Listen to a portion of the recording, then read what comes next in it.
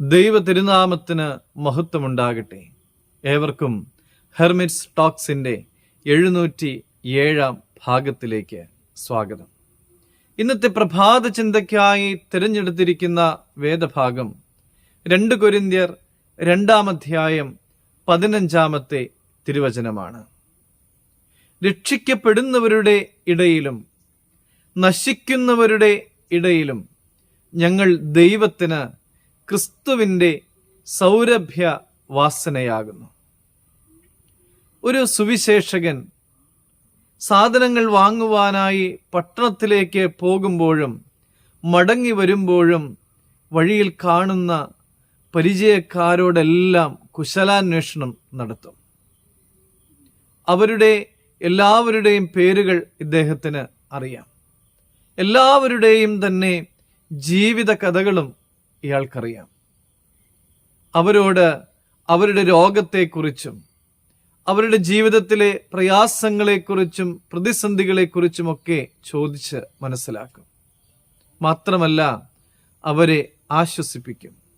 ദൈവവചനത്തിൽ നിന്ന് സംസാരിച്ച് അവർക്ക് വലിയ പ്രത്യാശ നൽകുകയും ചെയ്യും. പ്രിയമുള്ളവരെ, നമ്മൾ നമ്മുടെ വസ്ത്രത്തിൽ പെർഫ്യൂംസ് അടിക്കാറുണ്ട്. നല്ല സുഗന്ധം കിട്ടുവാൻ വേണ്ടിയിട്ടാണ് നമ്മൾ അങ്ങനെ ചെയ്യുന്നത്. പെർഫ്യൂം അടിച്ച് നമ്മൾ പുറത്തേക്ക് പോകുമ്പോൾ അതിൻ്റെ സുഗന്ധം നമുക്ക് മാത്രമല്ല ലഭിക്കുന്നത്, മറിച്ച് നമ്മൾ എവിടെയെല്ലാം പോകുന്നുണ്ടോ അവിടെയുള്ള എല്ലാവർക്കും അതിൻ്റെ സുഗന്ധം ലഭിക്കുന്നു.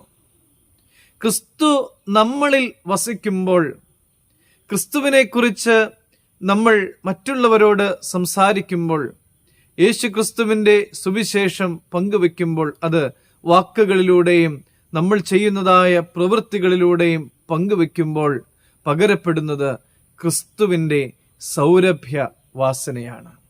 പ്രിയമുള്ളവരെ, ഈ സുവിശേഷകൻ ക്രിസ്തുവിൻ്റെ സൗരഭ്യ വാസനയായിരുന്നു.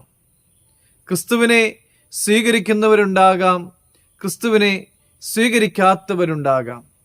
എങ്ങനെയായിരുന്നാലും നമ്മൾ ചെയ്യേണ്ടത് നമ്മുടെ പ്രവൃത്തികൾ ക്രമീകരിക്കുക എന്നുള്ളതും മറ്റുള്ളവർക്ക് ക്രിസ്തുവിൻ്റെ സൗരഭ്യവാസന നമ്മുടെ പ്രവൃത്തികളിലൂടെ പകർന്നു കൊടുക്കുകയും ചെയ്യുക എന്നുള്ളതാണ്. പ്രിയമുള്ളവരെ, മറ്റുള്ളവർക്ക് ക്രിസ്തുവിൻ്റെ സൗരഭ്യവാസന പകരുന്നവരായി മാറുവാൻ നമുക്ക് ആത്മാർത്ഥമായി പരിശ്രമിക്കാം. ദൈവ തിരുസന്നിധിയിൽ ചേർന്ന് നിൽക്കാം. ദൈവം അനുഗ്രഹിക്കട്ടെ.